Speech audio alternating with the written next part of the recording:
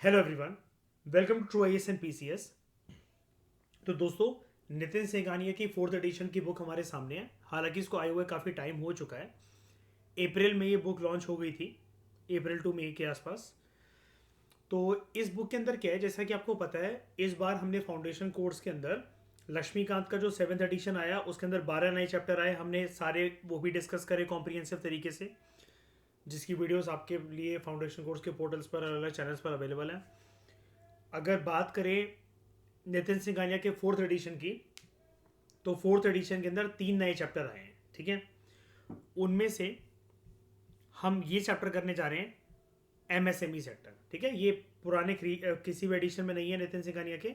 तो अगर आपके पास थर्ड एडिशन या सेकंड एडिशन है, तो रेदर देन वेस्टिंग मनी, आप टेलीग्राम पे जाओ और ये जो चैनल है ट्रू आईएएस एंड पीसीएस, आप इसको ज्वाइन कर लो। हर जो भी बुक है ए टू जेड, कोई सी भी बुक है, मैं उसकी सारी पीडीएफ यहाँ पर डालता हूँ। ठीक है, तो वो कर सकते हो। और वीडियोस अगर चाहिए प्रॉपर तरीके से, तो फिर फाउंडेशन कोर्स ज्वाइन करना पड़ेगा, क्योंकि मैं वीडियोस डालूंगा, आपको खुश करूंगा और फिर बाद में रोक दूंगा। ठीक है, तो फाउंडेशन कोर्स के बच्चों का मैं नुकसान नहीं करवाना चाहता, इस वजह से। एमएसएमई सेक्टर, एमएसएमई की फुल फॉर्म होती है micro, small and medium enterprises. ठीक है,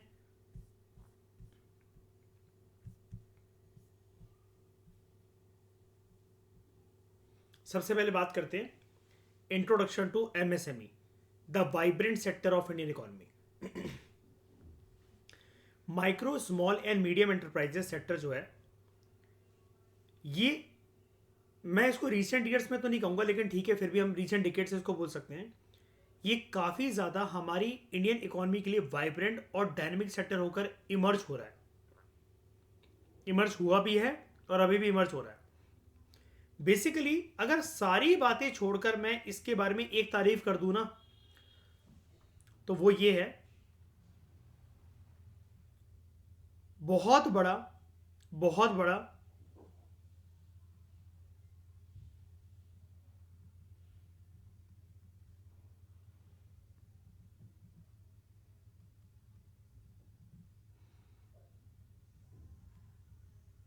एम्प्लॉयमेंट जनरेटिंग सेक्टर है। बहुत बड़ा एम्प्लॉयमेंट जनरेटिंग सेक्टर है। तो it has emerge as a highly vibrant and dynamic sector of Indian economy, fostering entrepreneurship, मतलब बिजनेसमैनों को आगे कर रहा है, लोगों को सक्षम बनाने का काम कर रहा है कि लोग जो है ऑन्टरप्रेन्योरशिप की तरफ प्रभावित हो, और लोगों को मौका भी दे रहा है कि लोग अपने अपना गुजारा करने के लिए जो रोटी है वो कमा सके, लेकिन बहुत ही ज़्यादा एक रिस्पेक्टफुल और प्रॉफिटेबल तरीके से। रोटी बहुत सारे लोग कमाते हैं, चाहे एक पर्सन मनरेगा के अंतर्गत दिहाड़ी पे काम कर रहा हो, या फिर अडानी हो, दोनों अपनी रोज की रोटी दोनों कमा रहे हैं। अब सोना चांदी तो खाएगा नहीं अडानी, वो भी रोटी खाएगा, खाना ही खाएगा, जैसे कि एक मजदूर खाता है। लेकिन एमएसएमई सेक्टर की तारीफ में ये कहा जा रहा है यहाँ पर राइटर के द्वारा कि ये एक ऐसा बेहतरीन, इतना पावरफुल, एनर्जेटिक सेक्टर ये इमर्ज हो रहा है इंडियन इकोनॉमी के अंदर, जिसने हमारी इकोनॉमी को चार चांद लगाए हैं इन टर्म्स ऑफ, एक तो one of the largest employment generating sector बन गया, बहुत ज़्यादा एब्जॉर्ब कर रहा है लोगों को। और हाँ, एक तारीफ तो मैं भूल ही क्या करना है इसकी, स्पेशली यूथ्स को बहुत प्रोत्साहन दे रहा है ये sector in terms of startups. और कैसे दे रहा है उनको, इंडिपेंडेंट बनवा रहा है, उनके अंदर जो ऑन्टरप्रेन्योरियल बिजनेसमैन वाली जो क्वालिटीज हैं उस ऑन्टरप्रेन्योरशिप को निखार रहा है, उनको प्रोत्साहन दे रहा है, सेल्फ एम्प्लॉयमेंट अपॉर्चुनिटीज की कंडीशंस को क्रिएट कर रहा है। और सबसे बड़ी बात, यहां पर पर्सन को अपनी जेब से लागत बहुत कम लगानी है, और इतने लोग एब्जॉर्ब कर रहा है, जो कि सेकंड बेस्ट सेक्टर बन चुका है लोगों को एब्जॉर्ब करने वाला हमारे देश में नेक्स्ट टू एग्रीकल्चर। आपको पता ना एग्रीकल्चर में कितने लोग एम्प्लॉयड होते हैं? How much percentage of population share? More than 50%। उसके बाद जो कोई है नंबर 1 पे अगर एग्रीकल्चर आता है तो नंबर 2 पे क्या रहा है? MSME sector. बहुत अच्छी बात है कि नितिन सिंघानिया ने वाला चैप्टर डाला, हालांकि वाला चैप्टर फैक्चुअल आंकड़ों के बेसिस पर बात करता है, कुछ एनालिसिस भी है, लेकिन बहुत अच्छी बात है कि एमएसएमई के ऊपर हर साल यूपीएससी में क्वेश्चन है, प्रीलिम्स और मेंस में हर साल। शायद से कोई ऐसा साल हो जो कि बच गया हो, लेकिन यूपीएससी पूछता ही है। जिस साल प्रीलिम्स में नहीं पूछता तो मेंस में पूछ लेता है, मेंस में नहीं तो प्रीलिम्स में, वरना हर साल दोनों में ही पूछता ही रहता है। और आज तक इसके ऊपर कोई प्रॉपर डेडिकेटेड चैप्टर नहीं था। तितर बितर होकर बच्चे इधर उधर से कलेक्ट करके पॉइंट्स बनाते थे, नोट्स बनाते थे, या इकोनॉमिक सर्वे में तो होता ही था, तो उधर से रट्टा मारते थे, लेकिन इट वॉज नॉट इनफ, क्योंकि स्टैटिक नॉलेज नहीं मिलेगी ना आपको ये इकोनॉमिक सर्वे के अंदर बात ही हो जाती है। तो प्रीवियसली एमएसएमईज पर classified on the basis of annual turnover. पहले ना एमएसएमईज को कैसे क्लासिफाई करा जाता था? उनका सालाना बजट देखते हुए, कितना खर्चा हुआ, कहां से आमदनी आई, क्या आया, पूरे साल का उनका टर्नओवर कितना हुआ, खर्चा कितना, बचत कितनी। लेकिन कुछ साल पहले क्या हुआ? भारत की सरकार ने through cabinet committee on economic affairs MSME sector की डेफिनेशन में एक रिवीजन करी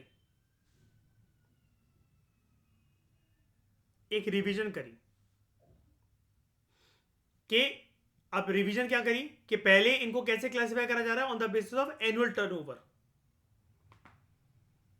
ठीक है,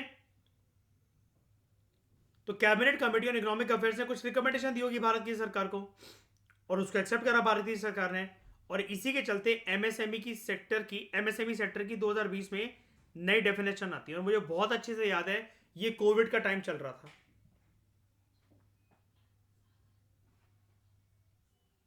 उस टाइम पर भर भर कर इसके ऊपर आर्टिकल्स, विजन आईएएस की मैगजीन में, पीटी 365 में बहुत कुछ आता था, मेन 365 वगैरह में।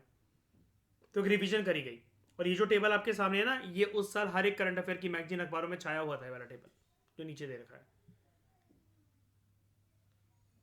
अब ये चीज याद रखना, कंप्लीट एमएसएमई सेक्टर को कवर करता है ये जो cabinet committee on economic affairs की जो नई डेफिनेशन आई साल 2020 में कि how to classify MSME sector, ये कंप्लीट एमएसएमई सेक्टर को कवर करता है। मैं क्यों कह रहा हूं कंप्लीट? फिर चाहे वो मैन्युफैक्चरिंग यूनिट हो या फिर वो सर्विस सेक्टर यूनिट्स हो।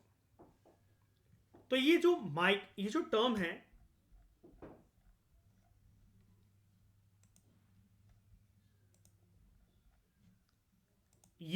है, एमएसएमई, इसके अंदर 3 टर्म्स निकल कर आती हैं: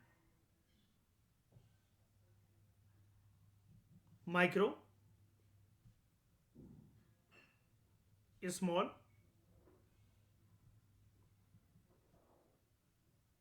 and medium enterprises. Micro, small and medium enterprises. कई लोग ये सोचते हैं कि एम के बाद एल भी होगा, लार्ज एंटरप्राइजेस। नहीं, ऐसा नहीं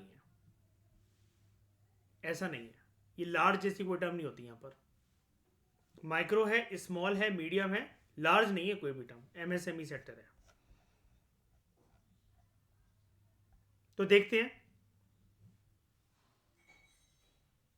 पहले क्या बोला जाता था 2020 से पहले, जब cabinet committee on economic affairs CCEA ने नई डेफिनेशन नहीं दी थी। जब उन फर्म्स को, उन फैक्ट्रीज को, उन कॉर्पोरेट्स को, देखो कॉर्पोरेट वर्ड तो एक बड़ा हो गया, I am extremely sorry for this, corporate word use नहीं करना चाहिए। उन फैक्ट्रीज, उन इंडस्ट्रीज को हम लोग माइक्रो यूनिट्स कहेंगे, माइक्रो एंटरप्राइजेस कहेंगे, जिनकी कैपिटल लिमिट 25 लाख तक है, जिनके पास पैसा कितना है, अप टू 25 लाख। लेकिन ये तो पुरानी डेफिनेशन हो गई। वो माइक्रो एंटरप्राइजेस जिनकी जो कैपिटल लिमिट है वो 25 लाख थी, अब ऐसे बहुत सारे रिसेंट ईयर्स में, रिसेंट डिकेड्स में बढ़ गए थे जिनकी कैपिटल लिमिट इससे कहीं ज़्यादा थी 25 लाख रुपए से ऊपर। तो अब जो है ओल्ड कैपिटल लिमिट से नई कैपिटल लिमिट में अब जो कवर होता है, अब माइक्रो सेक्टर कौन सा, माइक्रो एंटरप्राइज सेक्टर कौन सा, जिसकी कैपिटल लिमिट 1 करोड़ तक है। 25 लाख से सीधा कितना 4 गुना कर दिया गया 1 करोड़। ये कौन दे रहा है ये सारी रिकमेंडेशन जिसको भारत की सरकार ने माना? Cabinet committee on economic affairs, right, CCEA। फिर स्मॉल एंटरप्राइजेस कौन से? जिनकी कैपिटल लिमिट 5 करोड़ तक थी पहले, लेकिन अब नई डेफिनेशन के चलते क्या है, जिनकी कैपिटल लिमिट 10 करोड़ तक है। ठीक है। और मीडियम कौन से? जिनकी 10 करोड़ तक है कैपिटल लिमिट थी पहले, और अब जिनकी 50 करोड़ तक है। ओके। तो यानी कि अगर हम ओल्ड कैपिटल लिमिट और न्यू कैपिटल लिमिट को देखें, माइक्रो, ये बहुत इंपॉर्टेंट है, मैं आपको बता रहा हूं बहुत इंपॉर्टेंट है। प्रीलिम्स के अंदर डायरेक्ट क्वेश्चन इससे बन सकता है। कुछ भी नहीं करना, बस रिकॉल करना आना चाहिए बस आपको। ये 3 चीजें तो पता ही होनी चाहिए आपको, because as a policy maker, as an administrator आपको जो है उद्यम वर्ग को मौका देना पड़ेगा आगे आने के लिए। ठीक है। आपको ब्यूरोक्रेसी की जो पकड़े हैं, उसको, जो ब्यूरोक्रेसी की जो डोरे हैं, उसकी पकड़ को छोड़ना पड़ेगा, थोड़ा ढीला करना पड़ेगा। और ये कौन सी पकड़ होती है? रेड टेपिज्म वाली, ताकि आप परमिशन दे सको, आप अच्छी पॉलिसी बना सको इंडस्ट्रियल सेक्टर के लिए। ओके। जैसा कि मैं आपको एक्सपीरियंस का सीजन 2 बता रहा था, वो यही सारे नई नई एडमिनिस्ट्रेशन के बारे में वो पूरी सीरीज चलती है। मैंने आपको बताया था जो अभिलाष है वो इंडस्ट्रीज वगैरह को बोलता है कि इथेनॉल की प्रोडक्शन आप लोग करिए। हम लोग इथेनॉल वेल्डिंग जो प्रोजेक्ट है उसको चलाना चाहते हैं रामपुर में, यूपी में, जहाँ पे जिस भी डिस्ट्रिक्ट का वो कलेक्टर होता है। खैर छोड़ो। माइक्रो इंटरप्राइजेस, इसकी जो लिमिट है 4 गुना कर दी गई, बढ़ा दी गई। ठीक है। 25 लाख इंटू 4, 1 करोड़। ठीक है। जो स्मॉल एंटरप्राइजेस है उसकी दुगनी कर दी गई, 5 इंटू 2 10, 10 करोड़। और जो मीडियम एंटरप्राइजेस है उसकी 5 गुना बढ़ा दी गई, 10 इंटू 5 50 करोड़।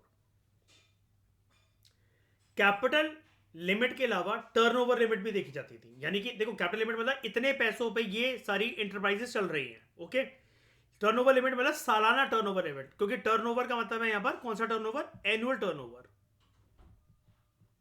तो माइक्रो एंटरप्राइजेस क्या? जिनका कैपिटल लिमिट 25 लाख का था, लेकिन एनुअल टर्नओवर 10 लाख तक का है। अब यूपीएससी बड़ा चालाक है, बहुत सारी जगह पर, अब तो ये चैप्टर आपके सामने आ गया प्रॉपर तरीके से, लेकिन यूपीएससी को नितिन सिंघानिया को रेफर करके तो बनाता नहीं है। अगर यूपीएससी को 2024 के प्रीलिम्स में वाला क्वेश्चन पूछना होगा ना, वो इस कैटेगरी से नहीं पूछने वाला। वो क्वेश्चन बनाएगा कि जो माइक्रो स्मॉल और मीडियम एंटरप्राइजेस है उनका ओल्ड टर्नओवर लिमिट कितनी थी और नई टर्नओवर लिमिट कितनी, क्योंकि कैपिटल लिमिट को तो हर कोई सर्च करके पढ़ लेगा, लेकिन टर्नओवर लिमिट हर किसी की नजरों में नहीं आ पाता। तो पहले माइक्रो एंटरप्राइजेस की बात करें, 25 लाख का इनका कैपिटल लिमिट, टर्नओवर 10 लाख तक का। अब कैपिटल लिमिट 1 करोड़ का हो गया है। ठीक है। और टर्नओवर लिमिट 5 करोड़ का। देख रहे हो, पहले टर्नओवर लिमिट कम था कैपिटल लिमिट से माइक्रो सेक्टर की डेफिनेशन के अंदर, लेकिन अब टर्नओवर लिमिट कैपिटल लिमिट से 5 गुना ज्यादा हो गया, अप टू 5 करोड़। यानी कि देख रहे हो, माइक्रो सेक्टर के अंदर according to cabinet committee on economic affairs, Shreya शायरी पोस्ट देख रहे हो कितनी होप है cabinet committee on economic affairs को, कि अब होप क्या है, मतलब ये कोई अपनी मर्जी से आंकड़ा थोड़ी ना दे रहे हैं, उन्होंने परफॉर्मेंस देखा होगा, उसके बाद ही तो नई डेफिनेशन दे रहे हैं। कंपनी के पास श्रेया कैपिटल लिमिट कम है, लेकिन शाइनी टर्नओवर लिमिट देख रहे हो 5 गुना ज्यादा है। ठीक है। स्मॉल एंटरप्राइजेस की बात करें, पुरानी कैपिटल लिमिट थी 5 करोड़ की और पुरानी टर्नओवर लिमिट थी 2 करोड़ की, ये भी कम है इससे कैपिटल लिमिट से, लेकिन नई कैपिटल लिमिट स्मॉल एंटरप्राइजेस की 10 करोड़ और ये भी 5 गुना ज्यादा, 50 करोड़ तक। और मीडियम एंटरप्राइजेस की 10 करोड़ कैपिटल लिमिट पुरानी और ओल्ड टर्नओवर लिमिट 5 करोड़ तक, लेकिन नई कैपिटल लिमिट मीडियम एंटरप्राइजेस की 50 करोड़ और अगेन न्यू टर्नओवर लिमिट 5 गुना ज्यादा। यानी कि आप अगर सिर्फ इस पे फोकस करोगे ना, तो आपको एक चीज पकड़ में आएगी कि अगर आप नई कैपिटल लिमिट याद कर लेते हो तो उसका 5 गुना ज्यादा कर दो तो वो नई टर्नओवर लिमिट है। 1 into 5 5 crore, 10 into 5 50 crore, 50 into 5 250 crore.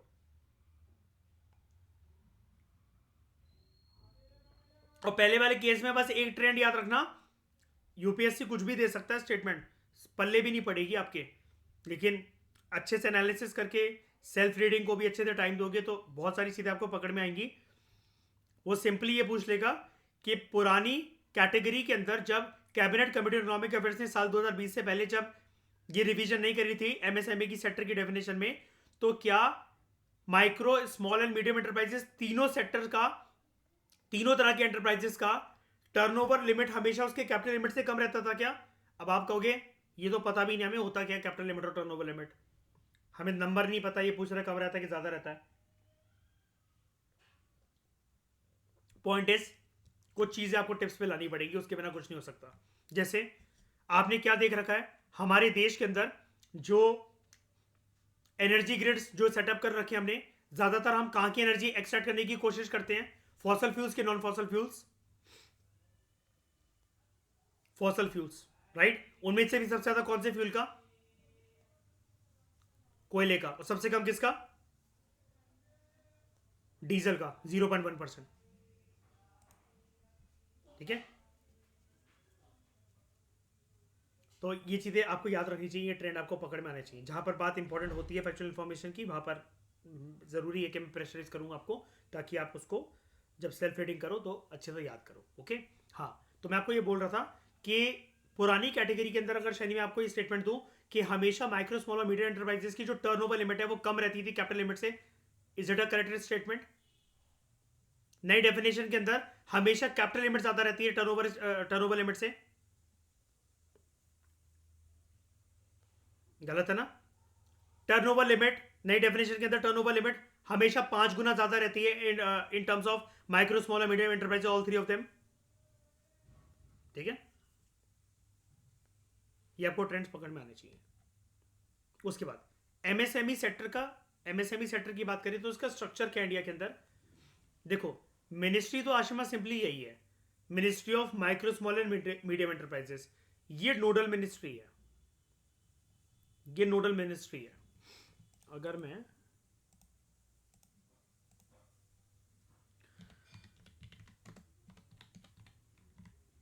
मैं आपको ये मतलब दिखाऊं, नोडल मिनिस्ट्री, हमेशा ये टर्म आता रहता है, आपको जाना जरूरी है। नोडल मिनिस्ट्री का मतलब होता है ऐसी मिनिस्ट्री या department which is identified in respect of a particular item of goods और सर्विस और वर्क, यानी कि उस दिशा में काम करने वाली एपेक्स बॉडी ये है। ठीक है, एपेक्स बॉडी ये है। अब नोडल का एक्चुअली मतलब क्या होता है? बेसिकली एक ऐसा पॉइंट जहां पर जो रिलेटेड चीजें होती हैं वो एक पॉइंट पर मर्ज कर रही होती हैं। तो जब भी आप नोडल डिपार्टमेंट, नोडल मिनिस्ट्री कहते हो, कैसा डिपार्टमेंट होता है? Which is primarily responsible for specific matters and interacts with all other departments to ensure uniformity in handling. अब जो यूनिफॉर्मिटी वाली बात है तो हो गया ना, सारे जो कॉमन जो एक्टिविटीज हैं वो उनके अंदर मर्ज हो रही है, एक पॉइंट के अंदर आके इंटरेक्ट कर रही है, वो चीज है। तो ministry of micro small and medium enterprises एक नोडल मिनिस्ट्री है which promotes the growth and development of sector including khadi, village and coir industries. ठीक है, ये किसी ग्रोथ को प्रमोट करता है बेसिकली, इसलिए यहां पर लार्ज इंडस्ट्रीज की डेफिनेशन का जिक्र तक नहीं होता है। माइक्रो स्मॉल एंड मीडियम जो कि ऐसे सेक्टर्स की ग्रोथ एंड डेवलपमेंट को प्रमोट करने की कोशिश करता है, which includes khadi, khadi industries, village industries and coir industries. What is क्वायर?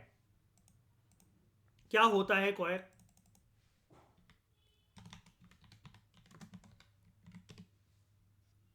ये याद है, नारियल का जो छिलका होता है, हस्क, उससे जो काइंड ऑफ धागे निकलते हैं जिससे मैंने आपको बताया था रस्सियां बनते हैं, कारपेट बनते हैं, बोरे बनते हैं, है ना?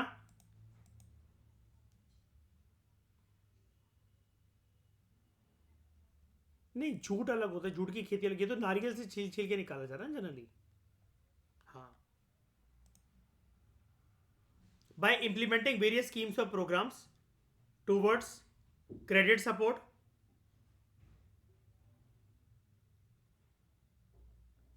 टेक्नोलॉजिकल असिस्टेंस, यानी कि देख रहे हो पैसा भी दिया जाएगा, पैसे का सपोर्ट भी और टेक्नोलॉजिकल सपोर्ट भी मिलेगा। इंफ्रास्ट्रक्चर डेवलपमेंट, स्किल डेवलपमेंट, लोगों के अंदर स्किल भी इन्फ्यूज करी जाएगी। इसके साथ साथ इंफ्रास्ट्रक्चर भी क्रिएट करा जाएगा, लोगों की ट्रेनिंग भी कराई जाएगी, कॉम्पिटिटिवनेस के स्पिरिट को बढ़ावा दिया जाएगा, एंड मार्केट असिस्टेंस कि जो भी कोई पर्सन अगर गुड को प्रोड्यूस कर रहा है अपनी स्किल्स के अनुसार, तो वो फिर उसको सेल आउट कहाँ करे। ठीक है, इतना सब चीजें करके क्या हम ये नहीं बोल सकते हैं एक तरीके से एक हेल्पिंग हैंड दे रहा है, जब इसने बात कर दी स्किल डेवलपमेंट की, ट्रेनिंग की, एक तरीके से हेल्पिंग हैंड दे रहा है ये सेक्टर ह्यूमन कैपिटल फॉर्मेशन में, इकोनॉमी में। अगर इसको ब्रॉडर पर्सपेक्टिव से देखो अगर आप, तो मैं ये नहीं बोल रहा ह्यूमन कैपिटल फॉर्मेशन के लिए रिस्पॉन्सिबल बन रहा है, मैं कह रहा हूँ एक हेल्पिंग हैंड दे रहा है। मेरे टर्म्स पर फोकस करा करो, हेल्पिंग हैंड की बात करी है मैंने, है ना। दे रहा है कि नहीं दे रहा है? जहां पर ये स्किल डेवलपमेंट का वर्ड आ जाता है, ट्रेनिंग का वर्ड आ जाता है, कॉम्पिटिटिवनेस को वो करना, इनहेंस करना, ठीक है, ऊपर से फिर लोगों को सपोर्ट देना कि उनके अंदर की पोटेंशियल जो है, जो क्षमता है, जो स्किल है, वो बाहर आ सके, तो क्या ये नहीं है एक तरीके से हेल्पिंग हैंड? बताओ, है ना। ये चीज है। तो ये वाला जो सेक्टर है ह्यूमन कैपिटल फॉर्मेशन में डायरेक्टली इनडायरेक्टली कंट्रीब्यूट करता है। देखो ज्यादातर लोग कौन से सेक्टर के अंदर एम्प्लॉयड या डिप्लॉयड है, ये भी हमने पढ़ा, कहाँ गया ये, एग्रीकल्चर, ठीक है, ये आप वैसे भी जानते हो। सेकंड बेस्ट इसकी बात कर रहा है, लेकिन एग्रीकल्चर ह्यूमन कैपिटल फॉर्मेशन में एक स्टेटमेंट क्लेम कर रहा हूं कि एग्रीकल्चर ह्यूमन सेक्टर नहीं, ह्यूमन कैपिटल फॉर्मेशन क्यों नहीं मतलब प्रमोट कर पाता है? भाई मतलब मैं ये क्लेम कर रहा हूँ, स्टेटमेंट दे रहा हूँ, मैं ये भी नहीं पूछ रहा कि ऐसा होता है कि नहीं होता। पहले आप ही बता दो, होता है कि नहीं होता? एग्रीकल्चर प्रमोट करता है ह्यूमन कैपिटल फॉर्मेशन को? ओवरऑल नहीं करता। क्यों नहीं कर पाता है?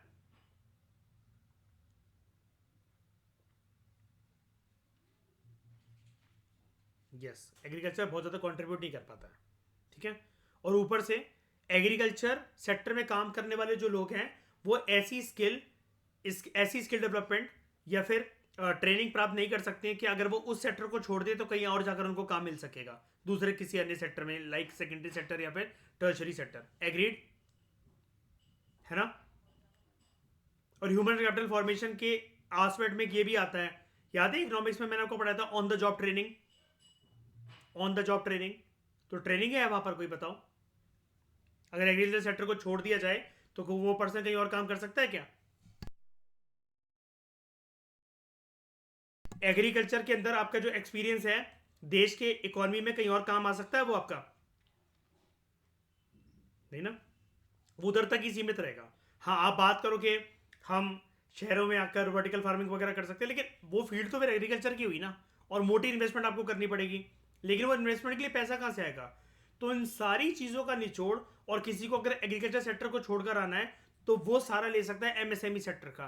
स्किल डेवलपमेंट भी होगी, ट्रेनिंग होगी, कॉम्पिटिटिवनेस का स्पिरिट बढ़ेगा, आपने जो भी प्रोड्यूस करा उसको सेल आउट करने के लिए मार्केट असिस्टेंस भी आपको दिया जाएगा, इंफ्रास्ट्रक्चर डेवलपमेंट की बात भी होगी, अब टेक्नोलॉजिकल असिस्टेंस भी मिलेगा। सबसे बड़ी बात कि आप कहोगे ये सारी बातें अच्छी हैं, लेकिन इन सारी बातों को इंप्लीमेंट करने के लिए, ये स्किल को डेवलप करने के लिए, अपना सेटअप बनाने के लिए, स्टार्टअप को स्टार्ट करने के लिए पैसा चाहिए, तो वो कहां से आएगा? तो ये दे तो रहा है credit support.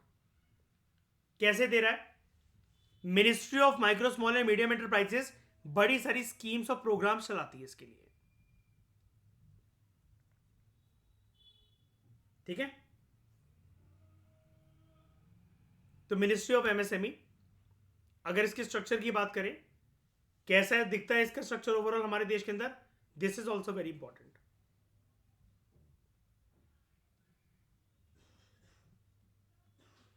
Extremely important structure है ये। Office of development commissioner, MSME का एक ऑफिस होता है जिसको बोला जाता है ऑफिस ऑफ डेवलपमेंट कमिश्नर। उसके बाद क्वायर बोर्ड, जिसका हेडक्वार्टर है कोची में। Khadi and village industries commission, headquarter है मुंबई के अंदर। National small industries corporation limited, NSIC जिसको कहा जाता है। National institute for micro small and medium enterprises, national institute यानी कि NI for micro small and medium enterprises, located in Hyderabad, Telangana. Mahatma Gandhi Mahatma Gandhi institute for rural industrialisation, MGIRI, located in Wardha, Maharashtra. तो ये इसके साथ कुछ अटैच ऑफिस और कुछ कमीशन, कुछ कॉर्पोरेशन हैं इसकी। Office of development commissioner number 1, coir board, जैसा कि आपने देखा, अभी मैंने आपको क्लियर करा, ये होता है coir, this this is coir, ठीक है, नारियल का छिलका, हस्क इसका नारियल का। Khadi and village industries commission, KVIC. NSIC, national small industries corporation limited. उसके बाद national institute for micro small and medium enterprises, और लास्ट है MGIRI, Mahatma Gandhi institute for rural industrialisation. देख रहे हो टर्म, रूरल इंडस्ट्रियलाइजेशन। मैं आपको एक स्कीम के बारे में भी पढ़ाऊंगा। वैसे जब गांव की बात आती है, आपको पता है ना, रूरल टू अर्बन माइग्रेशन जो होती है वो किसके द्वारा ज्यादा होती है, औरतों के द्वारा कि मर्दों के द्वारा? आदमी के द्वारा। गांव में पीछे कौन अकेले रह जाता है? वेमेन। एग्रीकल्चर वगैरह अगर उनको करना है ना, तो इसके लिए वो अकेले रह जाती हैं, उनको कोई सपोर्ट नहीं मिलता, कोई हेल्पिंग हैंड नहीं मिलता। प्लस इतनी बड़ी खेती बाड़ी को संभालना, जितना भी बड़ा खेत हो, अकेले जाना शाम को रात को सेफ नहीं होता। बात सिर्फ मतलब ऐसे नहीं होती कि मतलब उनको कोई पकड़ लेगा, दबोच लेगा, बात सिर्फ ये नहीं है। लेकिन वैसे भी सेफ नहीं होता कि घर पे बच्चे संभालने हैं, काम वगैरह करना है, और कुछ सांप वगैरह आ जाए, इधर उधर आ जाए। तो इन सारी समस्याओं का हल जो है, रिसेंटली अभी एक स्कीम आई है इसी महीने, क्या नाम है इसका, ड्रोन दीदी,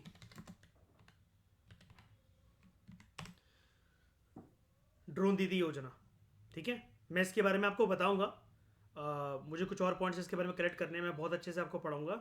तो ये गांव की औरतों को अब मोदी सरकार जो है वो ड्रोन बांट रही है, ठीक है, ताकि आराम से एक जगह पर टिके रहकर औरतें अपनी पूरी खेत की निगरानी कर सकें, और ये महिला इससे स्किल भी सीख सकेंगी।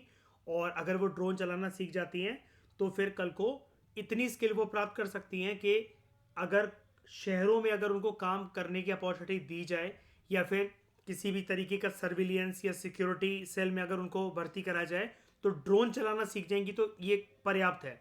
आगे जाकर आपको पता है, जिस तरीके से मैक्सिमम गवर्नेंस और मिनिमम गवर्नमेंट का नारा लग रहा है कि बंदे कम होने चाहिए, लेकिन जितने बंदे काम कर रहे हैं उनकी एफिशिएंसी और क्वालिटी ज़्यादा होनी चाहिए गवर्नेंस को डिलीवर करने के लिए। तो सिक्योरिटी के लिए जगह जगह गलियों में पुलिस नहीं जाती फिरेगी। अभी शुरुआत हुई है हमारे देश में 1 डिकेड से, 1.5 डिकेड टू 2 डिकेड, 2 डिकेड तो छोड़ी, तो 1 ही डिकेड मान लो, कैमरे लगना। लेकिन कैमरे भी हर जगह हर चोरी चकारी को, किसी मोलेस्टेशन को, हैरेसमेंट को कैप्चर नहीं कर पाते हैं। अगर अच्छे से सर्विलेंस करनी है, रात को ये जो बीट पेट्रोलिंग वाले जो ऑफिसर्स घूमते हैं, ये भी ऐसा नहीं है। ऑफिस की बात है, तुम बत्ती लगा के ट्यों ट्यों करके अपनी पल्सर बाइक पर, बुलेट पे घूम रहे हो, तो चोर कोई पागल तो है नहीं कि वो तुम्हारा वेट करता रहेगा वहां पर खड़ी, आवाज उसने सुनी और वो गायब हो गया। तुम्हारे जाने के बाद तुम दोबारा तो उस गली में आओगे नहीं, और तुम इतने सक्षम भी नहीं हो कि चलती बाइक पर किसी को पकड़ सको।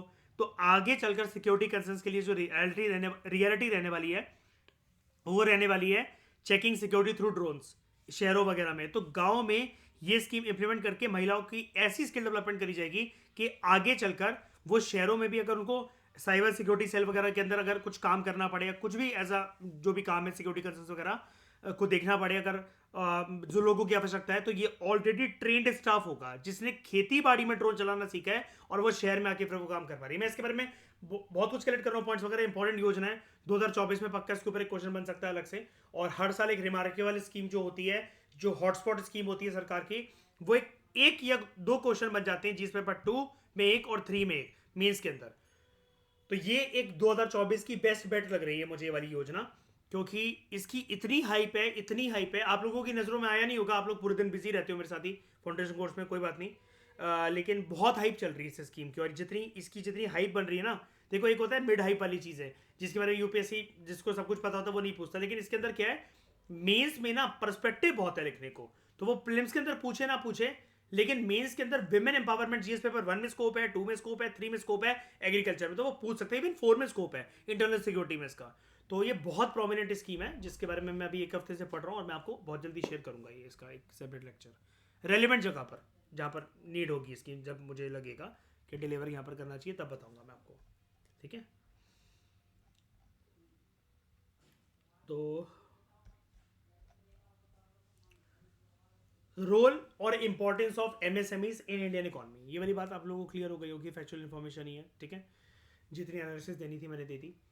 तो role and importance of MSMEs in Indian economy, जो एमएसएमईज हैं वो सिग्निफिकेंट तरीके से कंट्रीब्यूट कर रहे वाला सेक्टर। अच्छा आप एक बात बताओ, जैसे ड्रोन दीदी स्कीम है, ठीक है। अब यहाँ पर अगर खेती बाड़ी के ऊपर निगरानी रखनी है, कुछ भी रखनी है, और पास में ये जो ड्रोन्स वगैरह जो यूज़ हो रहे हैं, तो इसके लिए अगर कोई सेटअप बनाया जाए कि ड्रोन्स की प्रोडक्शन यहीं पास में करवा दी जाए, अगर ये इतने अच्छे से लागू होने वाली स्कीम, या फिर ड्रोन को चलाना जैसे औरतें सीखेंगी, ठीक है, और आगे जाकर वो शहरों में ये काम करने वाली हैं, सर्विलेंस करने वाली हैं, तो क्या ये एग्रीकल्चर सेक्टर से डायरेक्टली आकर नहीं जुड़ जाएंगी एमएसएमई सेक्टर के अंदर? यानी कि इनका कन्वर्जन हो सकता है कि नहीं हो सकता है, jumping from agriculture sector to MSME sector, बताओ, है ना। तो MSMEs have been contributing significantly to the widening of entrepreneurial efforts मतलब efforts through business innovations in different sectors। अब एक बात बताओ, ये एक तरीके से खेती बाड़ी के लिए है, लेकिन ये एक प्रकार से क्या बिजनेस इनोवेशन है? ड्रोन को और 4 चांद लग गए यूजेस में, एप्लीकेशन में, विमेन एम्पावरमेंट में, बिल्कुल है, ठीक है। उसके बाद MSMEs are expanding their domain. अब ये बिजनेस जैसे, हाँ चलो इसी पॉइंट की बात कर लेते हैं, entrepreneurial endeavours through business innovation different sectors. अब सारे ड्रोन डीजीआई के तो हो नहीं सकते हैं, डीजीआई के ड्रोन ना बहुत महंगे होते हैं, मैंने आपको बताया भी था एक बारी, दुबई से आते हैं, हमारे देश में बनते भी नहीं है, बाहर से ही आते हैं, दुबई से आते हैं ड्रोन, और ये काफ़ी महंगे ड्रोन होते हैं। अगर आप इसको देखो ना, इसका प्राइस अगर मैं आपको दिखाऊँ, वाई पे चलते हैं,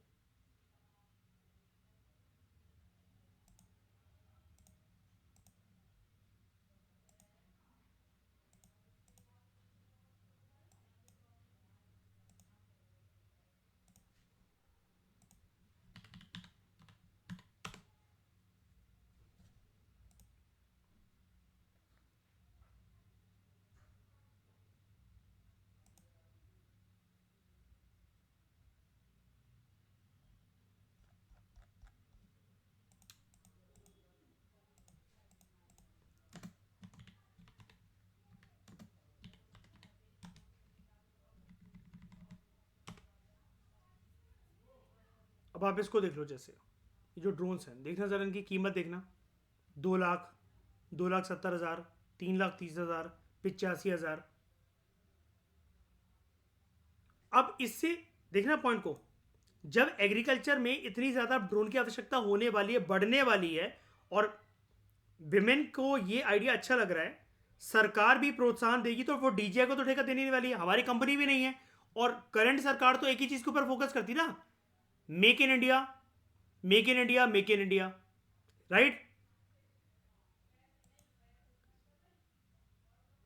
तो अब ये जो एमएसएमईज हैं, they have been contributing significantly to the widening of entrepreneurial endeavours through business innovation different sectors.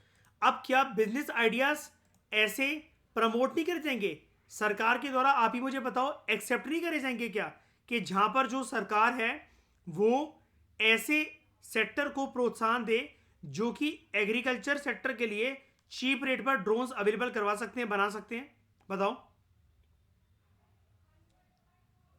और जब जिस चीज की भरमार बहुत ज्यादा हो जाती है, उसका प्राइस गिर जाता है कि नहीं गिर जाता है? अभी ड्रोन्स के साथ केस क्या है, खरीदने वाले लोग कम है ना, डिमांड इतनी ज्यादा है नहीं, और सप्लाई भी इतनी ज्यादा नहीं है, तो प्राइस की हाइप चल रही है। जब ये भरमार तरीके से आ जाएंगे तो डीजीआई को, इतने महंगे महंगे ड्रोन को कुछ पूछेगा कोई? इसको भी अपने रेट कम करने पड़ेंगे कि नहीं करने पड़ेंगे?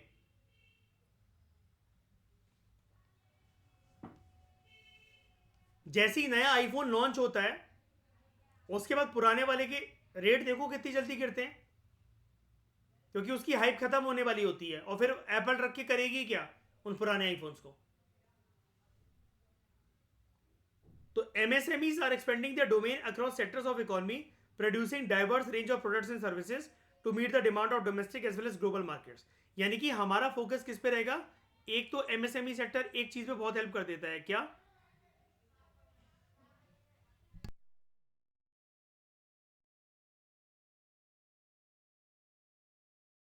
मेड इन इंडिया, ठीक है। इसके अलावा किस पर, एक्सपोर्ट को प्रमोट करने के लिए,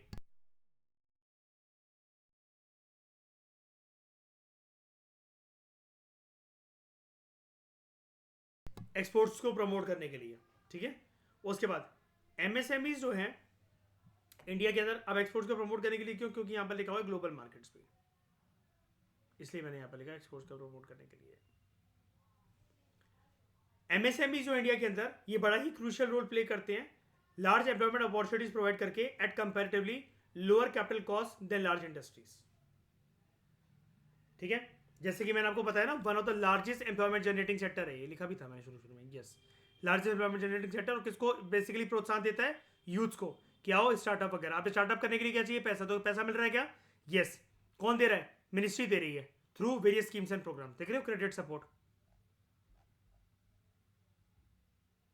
एमएसएमई जो इंडिया के अंदर ये बड़ा ही क्रूशियल रोल प्ले कर रहे हैं by providing large employment opportunities at comparatively lower capital cost than large industries. इसलिए मैंने आपको पहले ही बता दिया था, ये टर्म नहीं यूज होता है, शुरू में ही बताया मैंने, ये रूल्स में सबसे पहले आपको मैंने फ्रंट पेज पे ही बताया, ये लार्ज वर्ड यूज नहीं होता है यहां पर, ठीक है। एमएसएमईज बोल्स्टर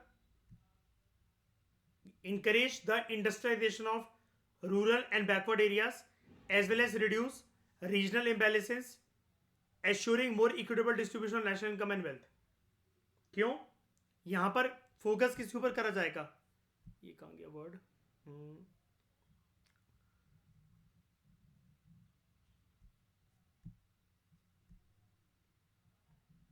रूरल सेक्टर तो ठीक है यार, ये वर्ड था ना, ये कहां गया, ये रूरल एरियाज पे इंडस्ट्रियलाइजेशन पर फोकस करा जाएगा।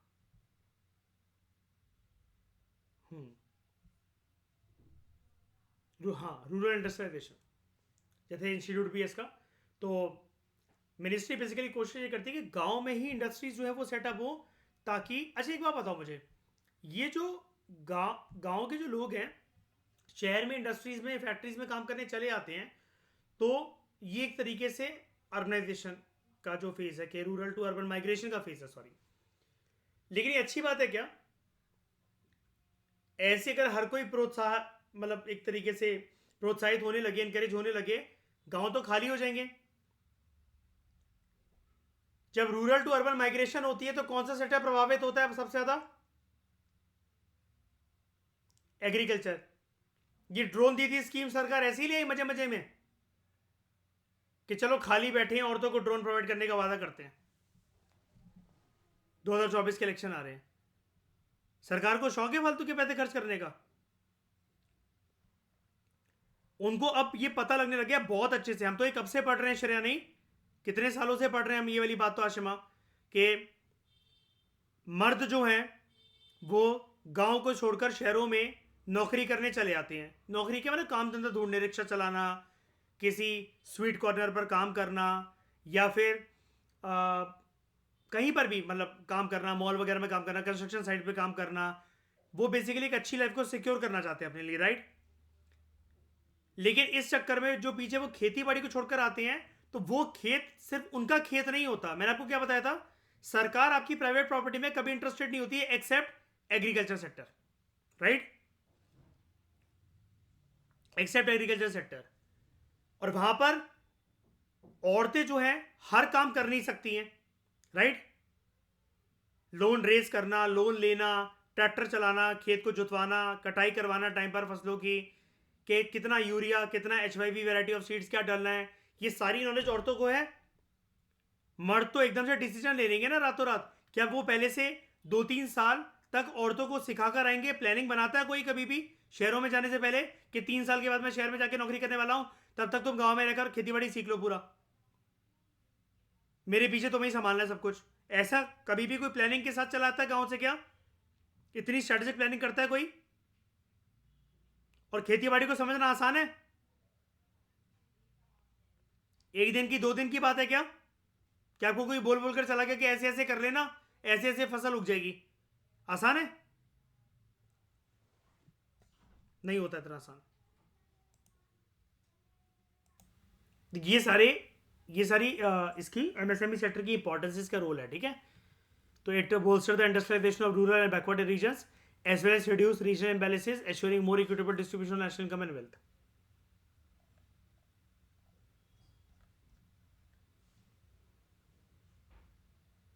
कुछ इंपॉर्टेंट फैक्ट्स एंड फिगर्स की बात करते हैं which are related to MSME sector. जो रिसेंट इकोनॉमिक सर्वे आया था, आपको पता ना इकोनॉमिक सर्वे एक साल, मतलब उसकी डेट पुरानी लिखी रहती, क्योंकि हम ऐसा तो बोल नहीं सकते इस साल का जो इकोनॉमिक सर्वे आया था वो 2023-24 का था, जब साल खत्म ही नहीं हुआ है, तो 23-24 का कैसे हो सकता है? क्योंकि इकोनॉमिक सर्वे तो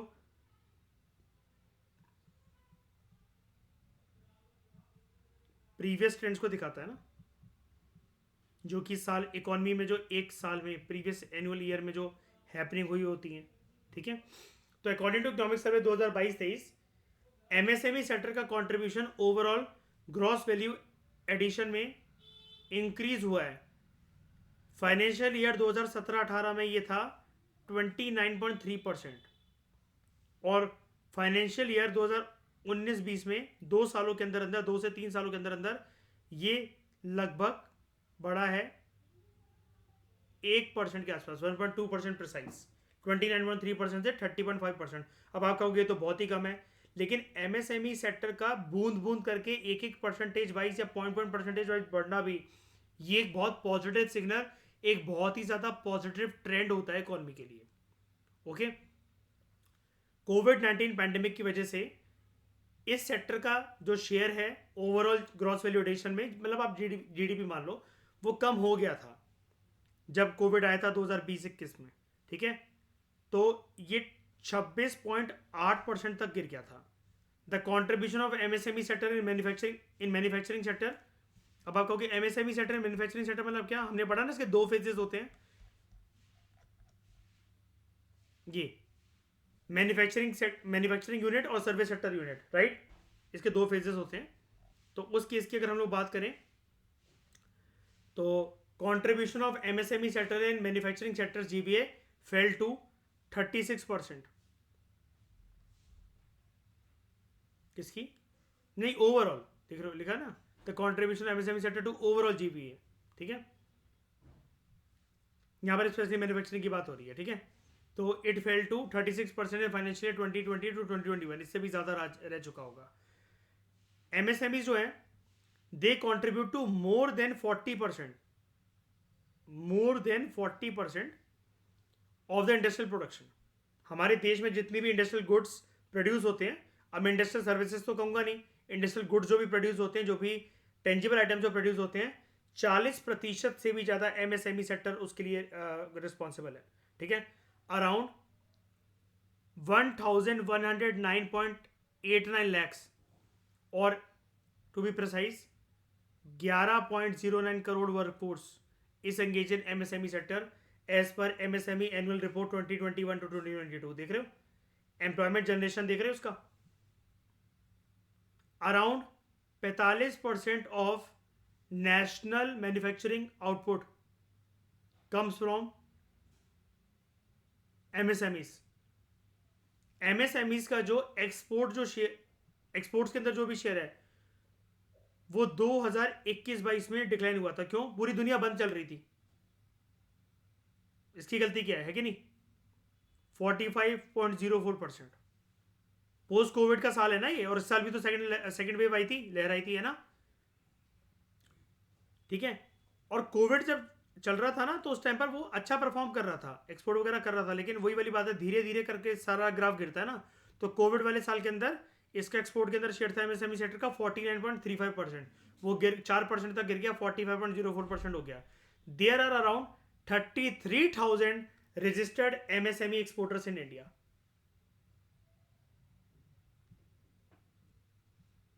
33,000 registered MSME exporters in India. 33,000 की बात याद रखना, ये एमएसएमई एक्सपोर्टर्स की बात हो रही है। उसके बाद total number of MSME units in India is 6.34 crore and sector employees 11.75 crore people. Which constitutes 40% of workforce in India.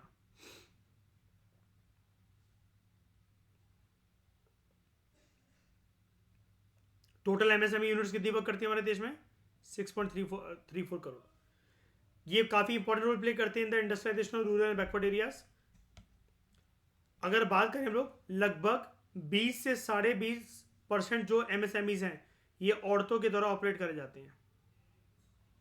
51.25% MSMEs they are rural in nature, ये गांव में लोकेटेड है। आप देख रहे हो इससे रूरल इकोनॉमी की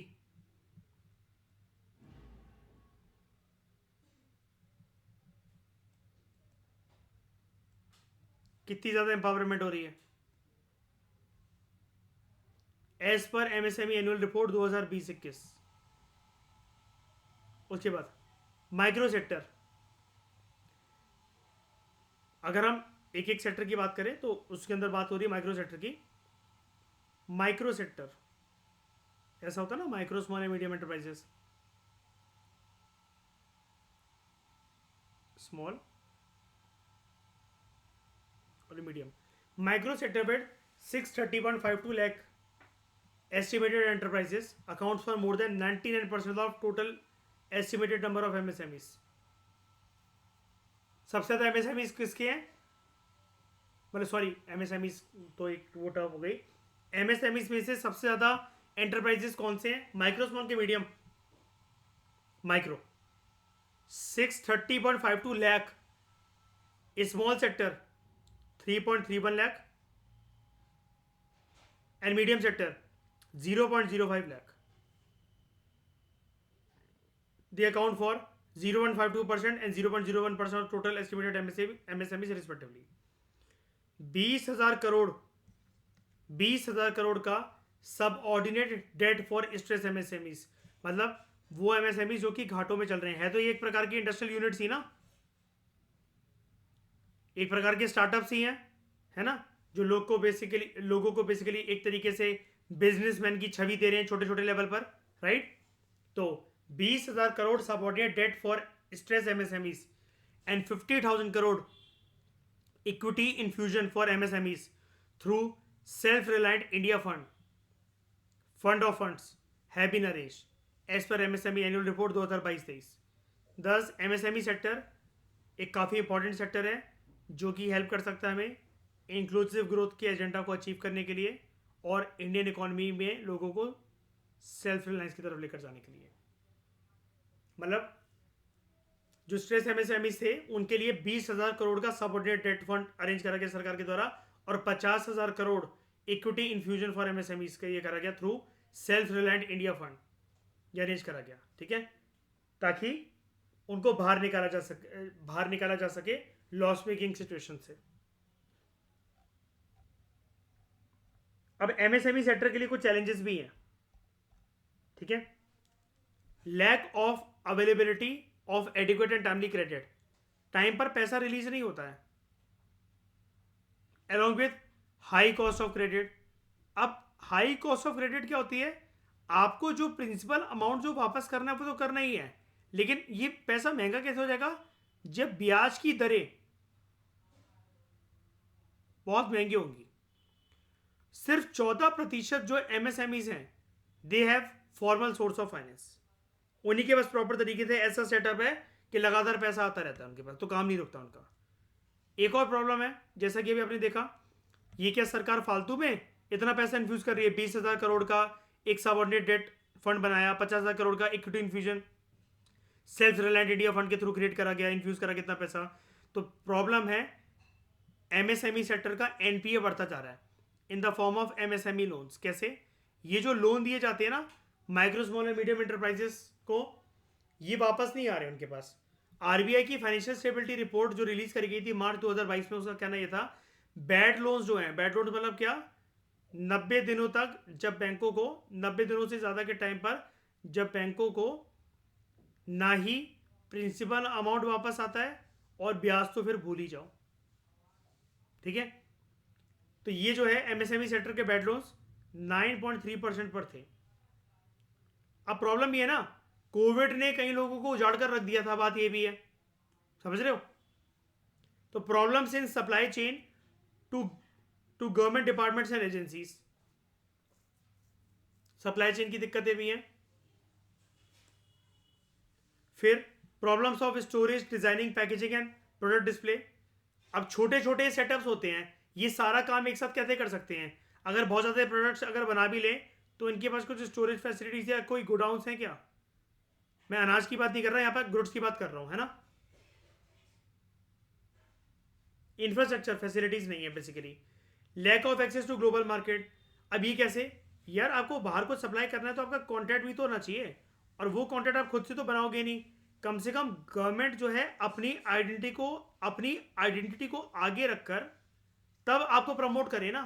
लेकिन सरकार इस चीज़ में फेल है, सिर्फ वादे वादों की है सरकार। जैसे ऊपर हम एम्स एंड ऑब्जेक्टिव्स में पढ़ रहे थे ना कि ये जो मैं आपको एक्सपोर्ट की बात बता रहा था कि ग्लोबल मार्केट बेसिकली वो करता है ना। हाँ, फेवरेटिज्म वाली बात आ जाती है। उसके बाद कौन सा, ये problems in the supply chain to government department agency, basically ये मतलब है एक जब भी कोई चीज़ जैसे सप्लाई करना चाहते हैं तो बीच में अटकलें बहुत है, पेपर वर्क बहुत है। हाँ, अब इंटरनेशनल तो छोड़ दो, एक राज्य से दूसरे राज्य में भी बहुत दिक्कत है। आपने कभी सुना है कि एक राज्य के प्रोडक्ट दूसरे राज्यों के अंदर लगे हैं, उसके लिए कोई हाट लग रहा है, कोई मेला लग रहा है, तभी तो लोग फैमिलियर होंगे ना। ये रात चलो यार ऐसे हाट चलते हैं, पंजाब के प्रोडक्ट्स आते हैं वहां पर। दिल्ली में दिल्ली हाट के अलावा है क्या? क्या है पूरे पूरे दिल्ली में कि जहां पर आप दूसरे राज्यों के प्रोडक्ट्स जान पाओ? आशिमा बताओ, ईशा अभी दिल्ली से ही हो, कुछ ऐसा है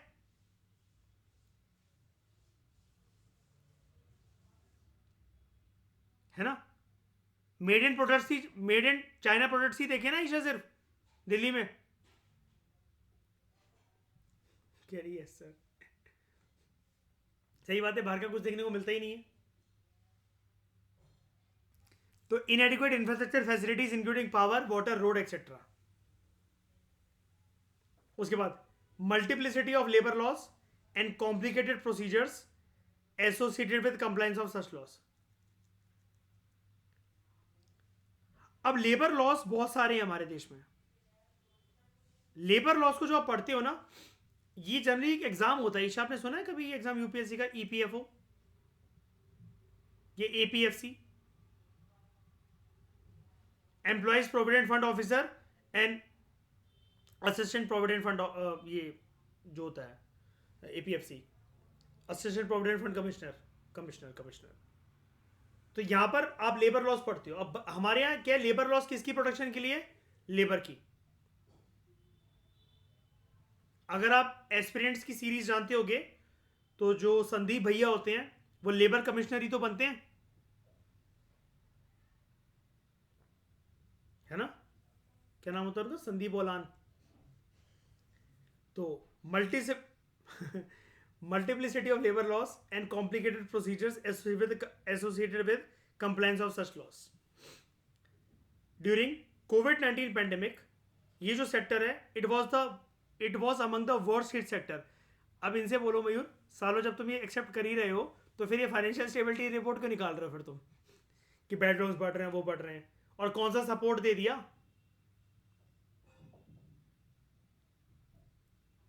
और सपोर्ट भी पता है उन मेजर सेक्टर्स को मिलता है जहां पर सरकार को ही लगता है ना मयूर कि एक्सपोर्ट वगैरह प्रभावित होगा बहुत तगड़ी तरीके से। जीडीपी शूट, मतलब जीडीपी शूट जो अभी तक कर रही है गिर जाएगी एकदम से धड़ाम से, तब जाकर वो चीजें होती हैं। उस टाइम पर मयूर पता नहीं था, एक निफ्टी का फ्यूचर हम दोनों को शॉर्ट कर देना चाहिए था 3 महीनों के लिए, 1 साल के लिए। तो ड्यूरिंग द कोविड-19 pandemic this sector was among the worst sectors on account of demand and supply shocks caused and measures taken later to curb the spread of infection. This sector is still struggling to survive and recover from the pandemic-induced shocks. MSME जो है, they face legacy issues such as information asymmetry, non-registration of firms, inadequate and untimely credit, delayed receivables, technological obsolescence, negligible market linkages, absence of exit policy. ये exit policy की बात आपको याद है नितिन सिंघानिया के जब मैंने चैप्टर्स करवाए थे? मैंने आपको एक इकोनॉमिक सर्वे का हमेशा से एक वो बताता रहता, चक्रव्यूह, याद है? हमारे देश में ना एग्जिट भी नहीं करने देते इंडस्ट्रीज को आराम से, पता है ईशा ये वाली बात आपको?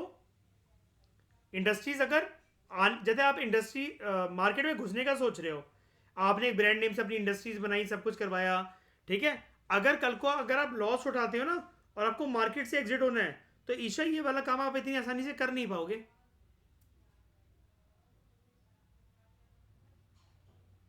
हाँ, ये सब लेबर लॉज और ये सब ये ना ये चोचलेबाजी बीच में चली आती है।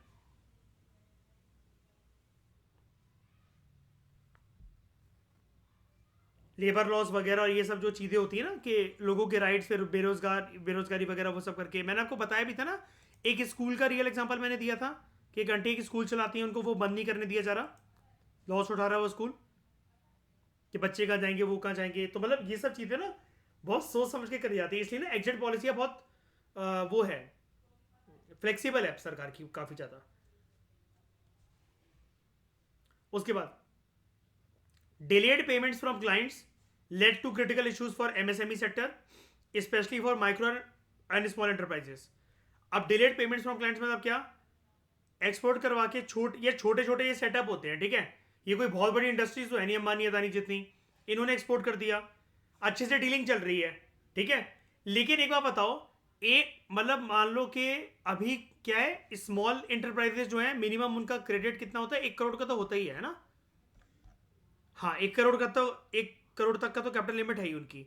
अब मान लो कि वो ना जैसे ये टर्नओवर इनका कितना है सालाना, 5 करोड़ तक का, 3 करोड़ का माल सप्लाई कर दिया इन्होंने, ठीक है, 6 महीने के अंदर अंदर। अब वो पेमेंट आएगी वहां से, तभी तो इनके पास पैसा आएगा, तभी तो ये नई प्रोडक्शन कर सकेंगे, तब तक तो उनको बैठना पड़ेगा, तब तक तो उनको बैठना पड़ेगा, करे तो क्या करे। तो डिलेड पेमेंट्स फ्रॉम क्लाइंट, सामने वाले ने माल तो ले लिया, अब वो पैसा नहीं दे रहा, जब पैसा नहीं आएगा तो नया नया माल बनाने के लिए ये करेंगे क्या, रॉ मटेरियल वगैरह कहां से लेकर आएंगे, बहुत बड़े कोई सेटअप तो है नहीं है, specially for micro and small enterprise के साथ ये दिक्कत होती है। अब देख रहे हैं यहाँ पर मीडियम नहीं लिख रखा है, मीडियम का फिर भी ठीक है भाई, थोड़ा करोड़ों का सेटअप है। अब ये कहना मयूर के जिसमें 50 करोड़ की कैपिटल लिमिट है और टर्नओवर लिमिट 250 करोड़ की, और वो बैठा हुआ है कि पैसे आने के लिए, तो ये कहना फिर ये तो झूठी झूठी बातें लगेंगी, ठीक है। तो इन्होंने उतना ही झूठ बोला जितना बर्दाश्त हो सके, ठीक है। उसके बाद the sheer magnitude of delayed payments complicates their cash flow management. अब पेमेंट शेयर मैग्नीट्यूड मतलब क्या, ये डिलेड पेमेंट्स का सिलसिला बढ़ते ही चला जा रहा है। अच्छा, एक और दिक्कत से जूझता है ये, एक और दिक्कत क्या, पेमेंट सिर्फ डिले नहीं होती है, कभी कभार पेमेंट टुकड़ों में आना। यार एक बात बताओ, आपसे अगर कोई 1 लाख रुपए ले ले, उस आपने तो 1 लाख की गड्डी उसको एक साथ पकड़ा दी, अब वो वापस कर रहा है आपको 5-5 हजार रुपए करके, तो आपको वो पता भी लगेंगे कि आपके पास 1 लाख आए कि नहीं आए हैं, बताओ, वेस्ट हो गए ना आपके वो पैसे। जब भी हमारे दिए हुए पैसे किसी से टुकड़े में वापस आते हैं, तो वो पैसों का कोई मतलब रह जाता है। और सोच के देखो, इनको तो रॉ मटेरियल वगैरह खरीदना है, तो ये वेट करते रहेंगे क्या, ये वेट करते रहेंगे।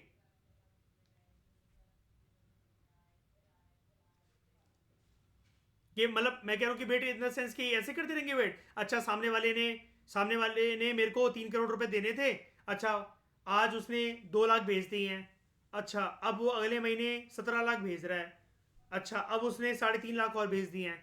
ये ऐसे कर करके चिंदी चोरी कर करके इकट्ठा करेंगे पैसा, फिर जाके रॉ मटेरियल का ऑर्डर करवाएंगे।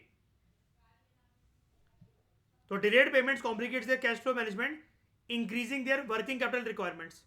अब वर्किंग कैपिटल रिक्वायरमेंट मतलब क्या, मजदूर वगैरह भी फिर खाली बैठे हुए हैं, समझ रहे हो, मजदूर खाली बैठे हुए हैं, अब वो करें तो क्या करें। अब उसके बाद ये कंपनी ऐसी ऐसी इंटरप्राइजेस उठाने लग जाती है लॉस। अब लॉस उठाने लग गई तो ऊपर वाले पॉइंट पर आओ, एब्सेंस ऑफ एग्जिट पॉलिसी, चक्रव्यूह में फंस कर रह गए, अब करें तो क्या करें। इसमें इनकी कोई भी गलती है, कोई भी गलती है, फिर इससे क्या होता है, जब ये फंस गए तो बैड लोन बढ़ेगा, है ही नहीं भाई पैसा, हाथ खड़े कर लिए, जो करना जो कर लो, डाल दो जेल में। उसके लिए फिर सरकार अपने लिए खड्डा खोद लेती है ऐसा काम करके, ऐसी हरकतें करवाकर। 20,000 करोड़, देखो ये एनुअल रिपोर्ट एमएसएमई की, 20,000 करोड़ रुपए का subordinate debt fund stress MSME के लिए, और 50 करोड़ का equity infusion fund self reliant India fund के नाम से, जो कि दिया गया एमएसएमई सेक्टर को रिवाइव करने के लिए। यहां तक बात काफी नहीं थी, 2022 से इसकी रिपोर्ट है, लेकिन कोविड से अभी आपने ये पढ़ा ना, ये क्या ये सेक्टर जो है it is still struggling to survive and recover from pandemic induced shocks जो कोविड-19 के टाइम पर आए थे, और ये रहा कोविड-19. The sheer magnitude of delayed payments complicates their cash flow management, increasing their working capital requirements and impacting their financial position and business prospects.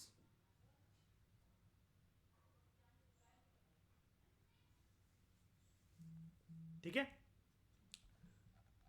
तो इस डिस्कशन में दोस्तों फिलहाल इतना ही. अब हम बात करेंगे कि एमएसएमई सेक्टर को प्रमोट करने के लिए अगले सेशन में बात करेंगे कि सरकार के रिसेंट इनिशिएटिव्स क्या हैं. ठीक है, प्रोमिनेंट गवर्नमेंट इनिशिएटिव्स, ताकि एमएसएमई सेक्टर को प्रमोट करने के लिए सरकार ने करा क्या है. 50% आपका चैप्टर खत्म हो गया, 60% खत्म हो गया, 2-3 पेजेस और बाकी रह गए, वो हम नेक्स्ट सेक्शन में करेंगे. Thank you very much for discussion.